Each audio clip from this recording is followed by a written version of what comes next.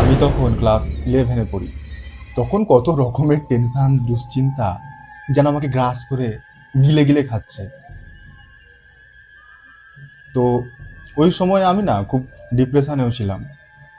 একদিন রাতে আমি আমার রুমে ঘুমোতে যাই। আমার রুমের উত্তর দিক আর দক্ষিণ দিকে জানালা আছে। তো আমি সেদিন দক্ষিণ দিকের যে জানালা আছে ওই দিকে মুখ করে ঘুমোই। এবার ওই যে জানালা আছে, জানালার বাইরে কিছুটা দূরে একজনের বাড়ি আছে। তো ওই বাড়িতে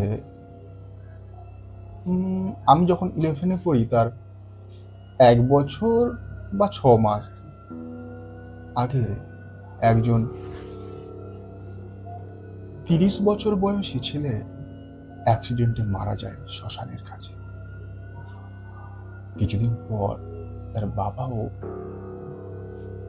কোনো কারণ ছাড়াই হাঁটতে গিয়ে মারা যায়।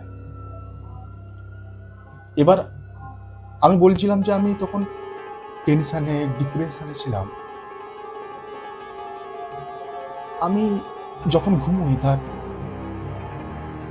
কিছুক্ষণ পর ঘুমটা যখন ডিপ হয়, আমার এখন স্পষ্ট মনে আছে রুম দাঁড়িয়ে যাচ্ছে। আমার মনে হলো কেউ একজন আমার পাশে এসে শুয়ে গেল। কিছু সময় এর জন্য মনে হচ্ছে আরে এটা তো নর্মাল। কিছুক্ষণ পর আমার হার্ট বিট যেন বেড়ে যাচ্ছে। ঘুম ভেঙে গেল।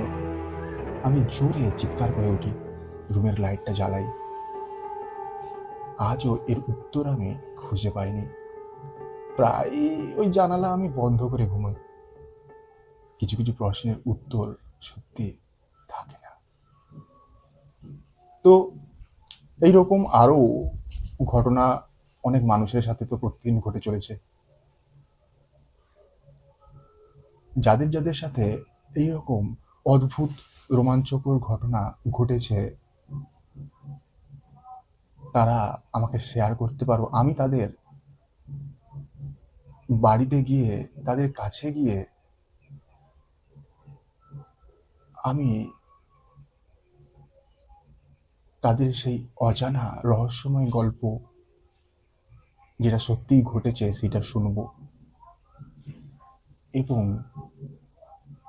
তার ভিডিও করে আমি আমার ইউটিউব চ্যানেলে ছাড়বো।